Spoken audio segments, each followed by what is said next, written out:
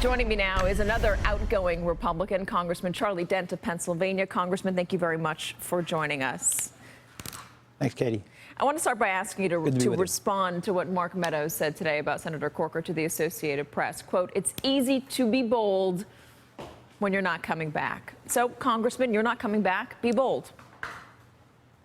Well, sure. Well, I was critical before the 2016 election. I never endorsed Donald Trump. So I'll be very honest with you. I will be bold. A lot of these comments from the president have been disquieting, to say the least.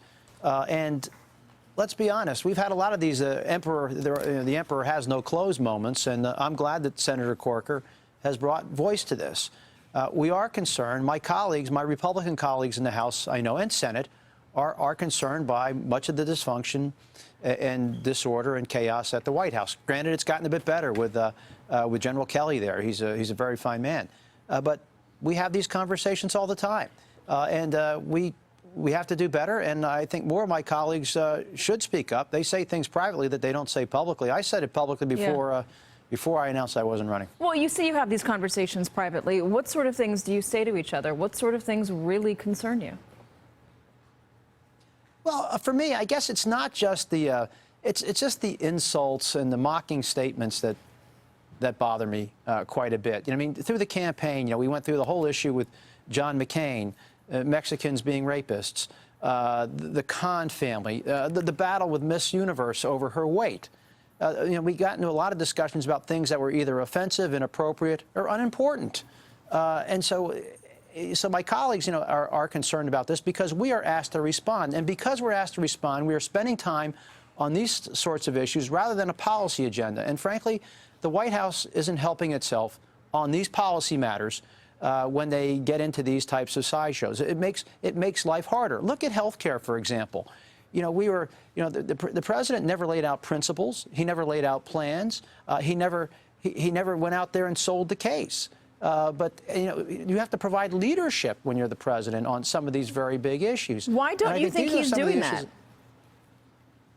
Well, again, I think there's been like I said, a disquieting and at times an alarming lack of policy knowledge on some very basic matters. We've seen some of the comments, even like the TPP. Let's go back to the Trans-Pacific Partnership as an example, Katie. I remember the president said at one point, I think during the campaign, he wanted to pull out of that because of China. Well, China was against the TPP. We were trying to enact TPP to help position ourselves against China with our friends in that part of the world, the Pacific Rim. So they're just basic issues like that I think are difficult. Or just talking about pulling out of the South Korean trade agreement at the time of saber rattling in North Korea. I mean, why would we do this to one of our best friends in the world? Why would we raise that issue at a time like this? It's more than bewildering. Congressman, you're talking about the name calling, the inability to get things done in Congress. Senator Corker took it a step further than that. He was worried about the president inadvertently starting World War III. We saw him undercut Secretary Tillerson. We see him call Kim Jong-un names on Twitter, call him names on speeches. Are you worried about our national security? Well, I'm certainly worried about our foreign policy. I mean, I saw statements, too, coming out of the president's mouth on NATO being obsolete. And frankly, that's exactly what Vladimir Putin wants to hear. He wants to break up NATO. He wants the EU to unravel. And why would we do anything that would basically mimic what Vladimir Putin is saying? On North Korea, I was just over in the Korean Peninsula around Easter.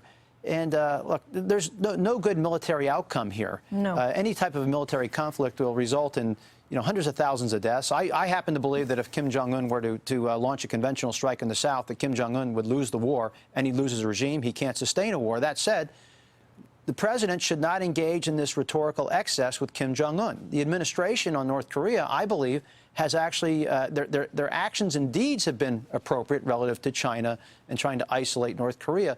But the president's rhetoric, I think, is trying to go tit for tat with Kim Jong-un. Do you think he's trying to start something? I mean, he said the other day that only one thing works when he was talking about North Korea. And he didn't say what that thing was, but presumably that would be some sort of military strike. Do you think he's trying to taunt him into starting something?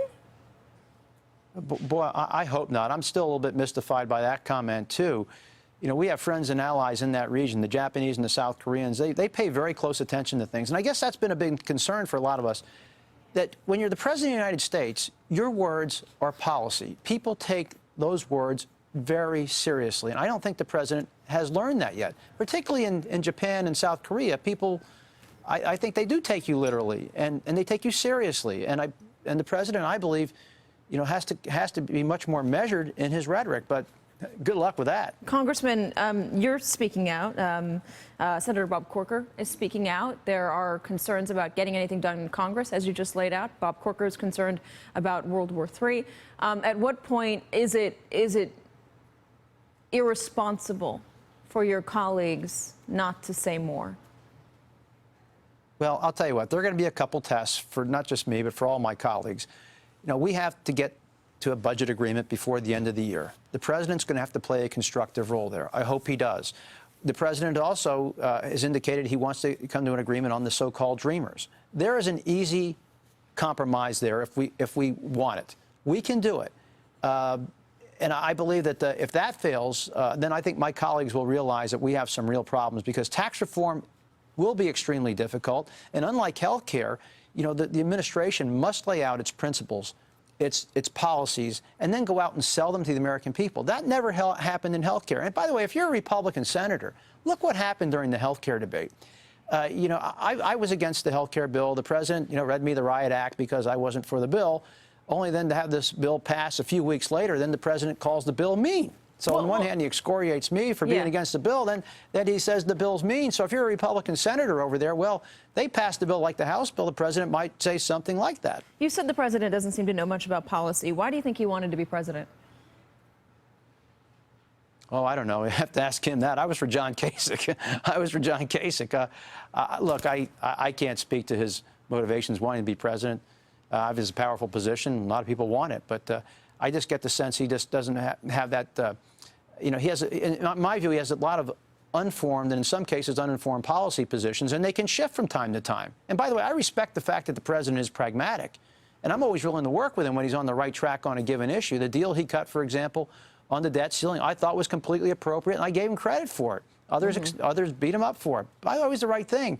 So I guess my bottom line is, you know, we're going to work with him when he's on the right track, but when he moves in a bad direction, you know, we have to check him. And if he says things that are out of bounds, we have to call him out on it. I'm going over time, but I'm going to ask you one other question. If you believe that, then why are you retiring, Congressman? Why are the more moderate congressmen who are willing to come out and say that, why are you going to say, hang up your coat and say no more? Hey, Katie, I'm 13-0. I've run for office 13 times, 7 times for Congress, 4 times for the State House, 2 for the State Senate. You know, I just felt it was the right time. I'm able to do other things. I'm only 57. I might get back in the game at some point, but right now I just felt it was the right time in my life to try something else. Yeah, there's frustration. And by the way, I predated Donald Trump. You know, I've been around long enough. There are too many people out there, frankly, in both parties. You know, I'm tired of this isolationism, this nativism, and this protectionism. These are not attributes of a great nation. I want to try to affect the conversation in this country from the outside, just as I have from the inside, and I'm going to do that. Congressman Charlie Dent, always good to talk to you, sir. I could go on for much longer, but I imagine that my producers are getting a little bit antsy. Congressman, thank you so much. Thanks. Hey there, I'm Chris Hayes from MSNBC. Thanks for watching MSNBC on YouTube. If you want to keep up to date with the videos we're putting out, you can click subscribe just below me, or click over on this list to see lots of other great videos.